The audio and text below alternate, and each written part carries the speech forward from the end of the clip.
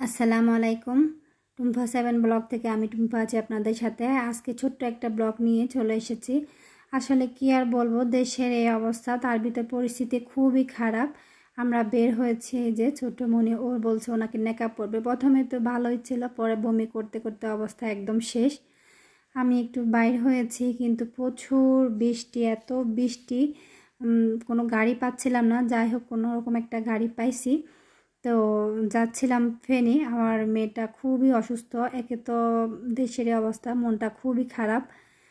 বাচ্চাদের স্কুল বন্ধ, টাকা পয়সা লেনদেনের সমস্যা, আর্থিকভাবে সমস্যা, কোথায় কখন কি হয়, মনটা খুবই আতঙ্কে আছে আর ভয়ে ভয়ে দিন যাচ্ছে।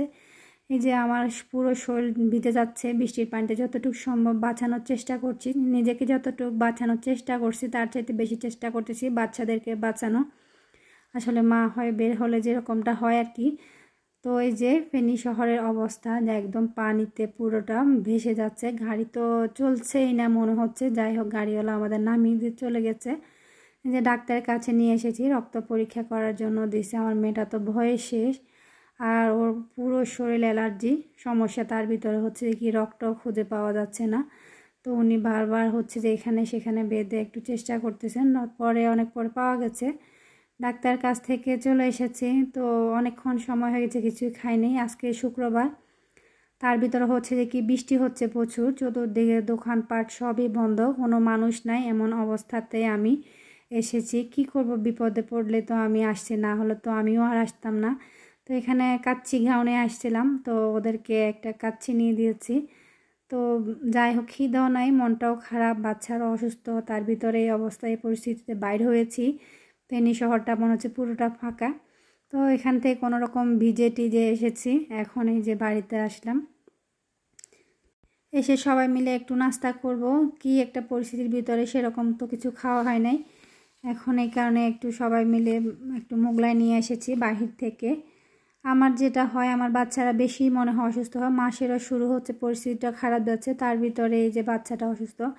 এই কারণে আমার খুব বেশি কথা শুনতে হয় আমার হাজব্যান্ডের কাছ থেকে। কারণ আজকেই তো মাসটা শুরু করলাম, 2 দিন হয়েছে, তার ভিতরে আমার অর্ধেক টাকা চলে যায় ডাক্তারের কাছে।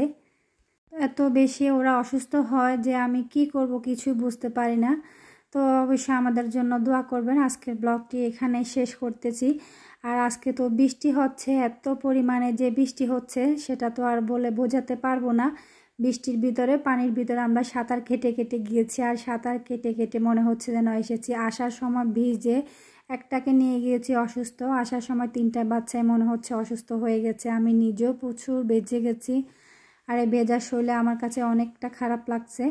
তো চেষ্টা করলাম আজকে ব্লগটি শেয়ার করে দিই, ছোট্ট একটু ভিডিও করেছি। মনটা এমনি ভালো নেই, আর দেশের এই অবস্থাতে কখন কোন খবরটা শুনি, মনটা খুব নিরাশ হয়ে আছে। বাচ্চা কাচ্চা নিয়ে ঘরবন্দি হয়ে আছি।